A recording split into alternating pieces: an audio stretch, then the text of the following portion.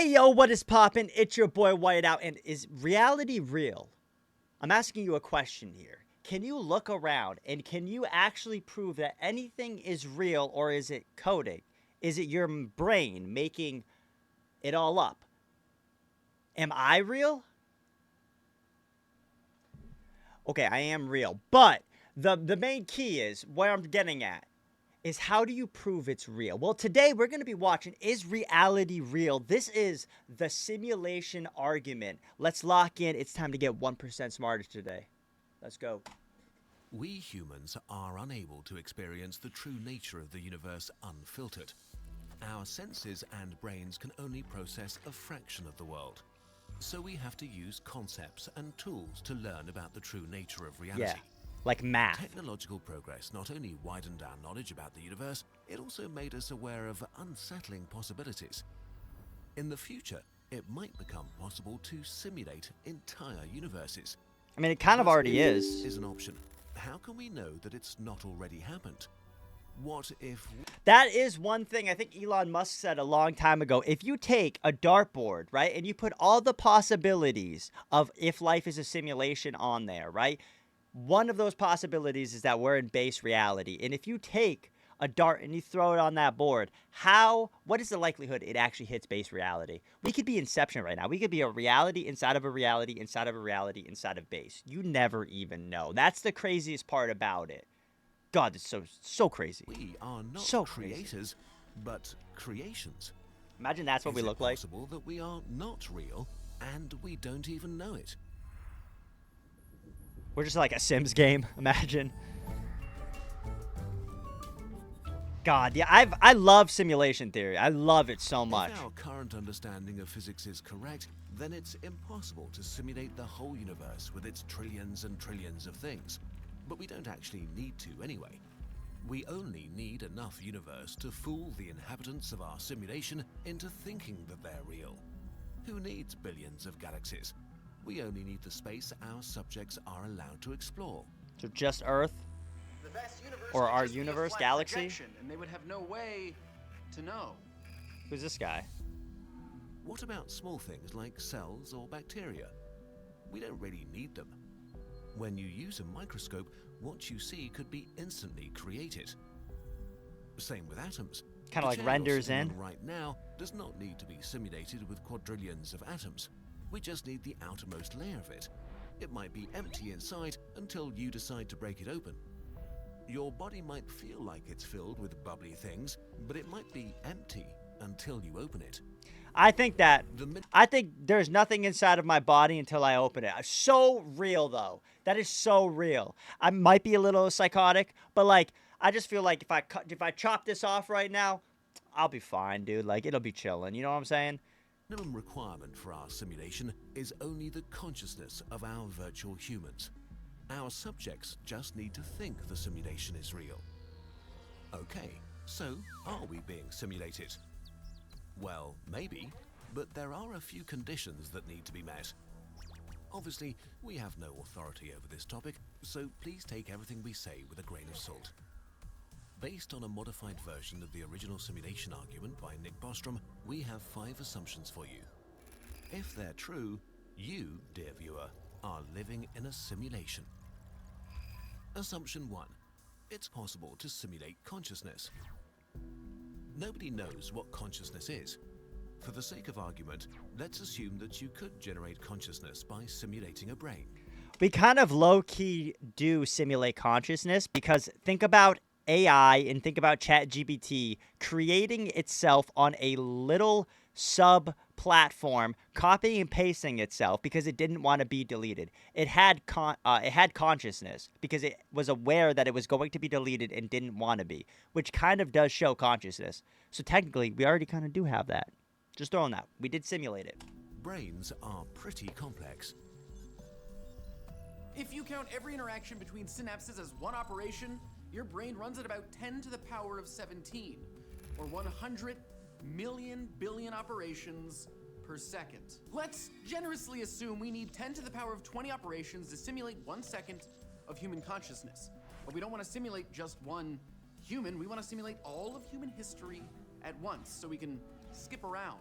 Let's say we want to simulate 200 billion humans with an average lifespan of 50 years.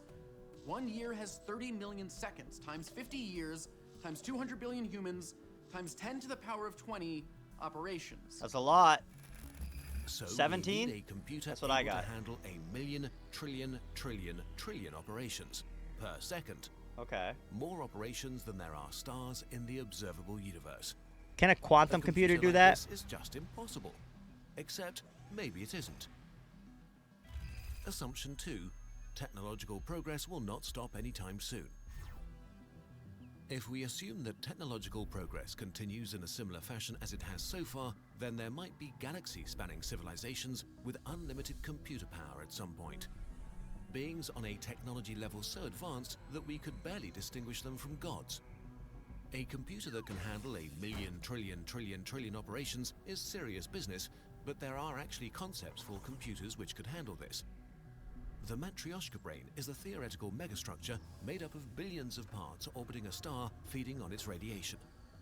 A computer of this scale would have enough power to simulate many thousands, if not millions, of humanities at the same time. Other Wow. technologies, like high-end future quantum computers, might lower the size drastically, so it might be possible to do this with a structure the size of a large city, or even smaller. Imagine if we're in a simulation right now. Just think about it for a second. Where's the Elden menu? Like, where's the cheat code? Like, how do I fly? Like, why do they limit us so much? Are we just GTA NPCs at this point, just getting hit by cars and robbed, punched in the face when we're walking down the street? Is that what we have come to if we're living in a simulation? We could be doing so much. Is this just like a simulation that they watch, or are people playing? Is this like Fall Guy? No, not Fall Guy. Free Guy with Ryan Reynolds? Fire movie. I saw them making that, actually. But is this just that? God, so much to think about. So much. Only if there's still someone around to build the computer. Assumption 3. Advanced civilizations don't destroy themselves. If there is a point at which all civilizations destroy themselves, this whole discussion ends here. Looking into space, you'd expect a universe filled with millions of alien civilizations, but we see nobody. The reason for this might be great filters. Great filters are barriers life has to overcome, like nuclear war, asteroids, climate change, or a black hole generator. If life is inherently self-destructive, then there are no simulations. We explain this in more detail in our Fermi Paradox video. Assumption 4. Super advanced civilizations want to run simulations. When we speak of post-human civilizations, we don't know what we're dealing with. To think we know what beings as powerful as gods want is pretty arrogant. Imagine the smartest ant on Earth living next to an amusement park. It's curious about what humans are up to, so you try to explain. Unfortunately, the ant just doesn't understand. The concept of roller coasters and standing in lines and holidays and fun doesn't make sense to an ant living an ant life. It's the same with us and a post-human being. Compared to them, we are ants. Running simulations for fun or science might be an absurdly stupid idea to them. But if they do want to run simulations for whatever reasons, and assumptions 1 to 3 are true too, then the chances are not zero that you are living inside a simulation. Assumption. I mean, I like to think about like I said in the other one, the Rick and Morty episode though, where it's like everything is like, oh, I don't even know how to explain it. It's like, you know, the one where they're in the storytelling stuff though, and he gets like kind of kicked in, and he was like, Morty, remember deep down the truth, you're getting your ass kicked on a train right now. So like Morty goes through this whole thing. He found out Rick found out he had this portal stuff work, and that his stuff was being used on like Morty, and then they pulled each other out. Like the simulation is insane, but it's like all that was created around literally like the storytelling. But in reality, when you think about simulation, like the thought of it, I remember Elon Musk said, he's like, I don't know which is scarier, if we are in base reality or if we are in a simulation. Because if we're in a simulation, that could just turn off like this. Or if we're not in a simulation and we are in base reality, then it's like literally our duty. And if there's nobody else in the entire span of the galaxy, what is scarier? What is scarier? us being the only one, us being the true only one, which I doubt it. I doubt it. I bet money on it. But us being the only one, or I guess them being there, right? Them being there.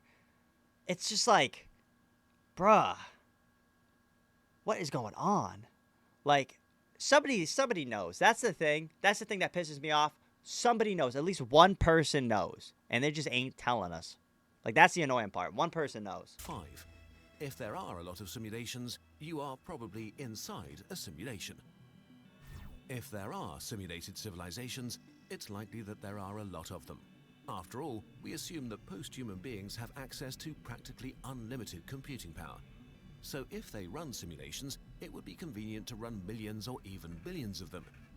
If there are billions of simulated universes, there are probably trillions and trillions of simulated conscious beings, which would mean that the vast majority of all conscious beings that will ever have existed are simulated.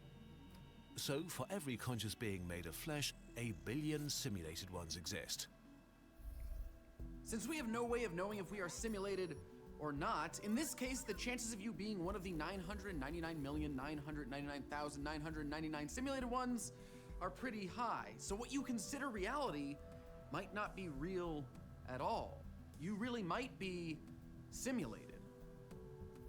All of this is based on a lot of assumptions that we can't really test right now, so many scientists disagree with this whole thought experiment.